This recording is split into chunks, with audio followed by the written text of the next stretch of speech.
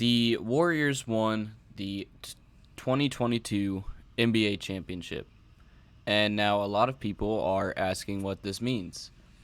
Obviously, a lot of people with Curry winning the Finals MVP are now saying that Curry is, the greatest of all time, top 5 all time, top 10 all time.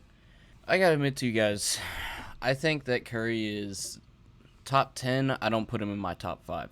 I think he may be somewhere in the 7 to 9 range, but he isn't top 5 for me. And let me explain why.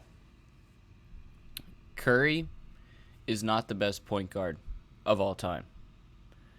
If he was the best point guard of all time, he would be top 5.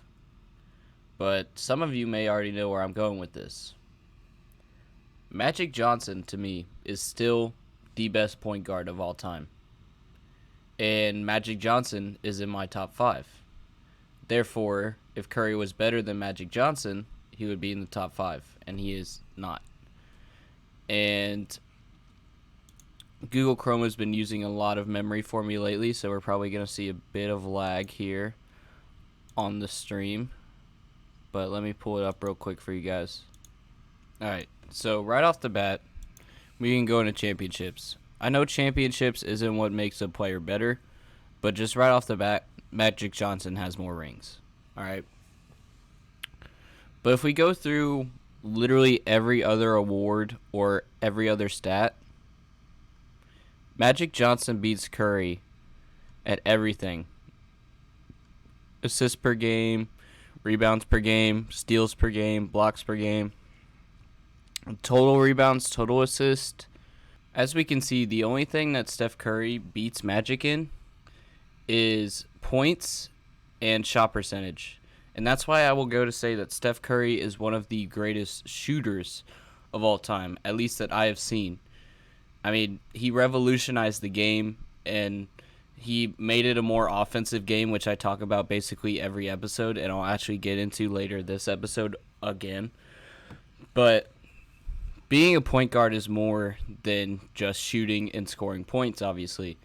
Being a point guard is the one that facilitates the play, gets the ball first, all that jazz. So playmaking ability, and obviously not all of that is box score, but a big percentage of that is the assists that show up in the box score.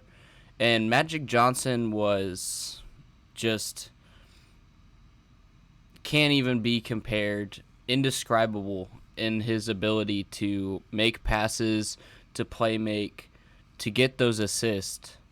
And there's plenty of videos on YouTube, plenty of highlights of just Magic Johnson's crazy assists and passes.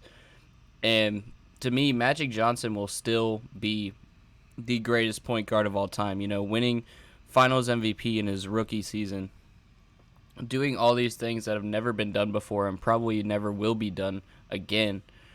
And that, to me, is why Magic Johnson is top 5.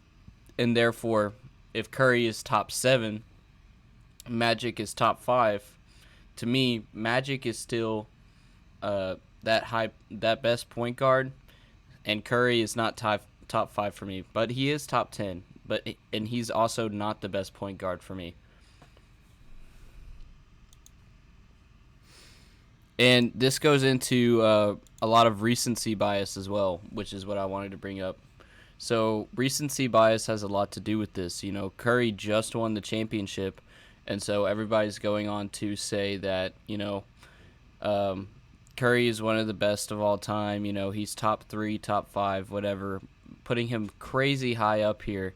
And then also the reverse being true as well, saying, Jason Tatum is garbage, the Celtics are garbage, all that sort of stuff. It's like the Celtics made it to the finals, guys. You do realize that Jason Tatum was keeping up with Giannis, scoring 40 a night in the playoffs. That's a huge feat. And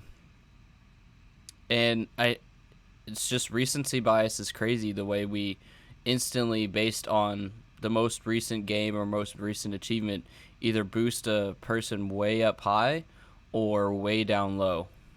And that's what's happening with Curry right here. Again, I don't put him in my top 5. but some of you might. But that's because y'all just saw him win a championship.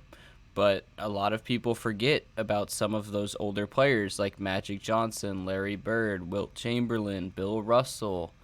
Um, you know, so for me, I just think recency bias is a huge issue, and that can also go into other teams that we've seen as well. A lot of teams have been injured this season.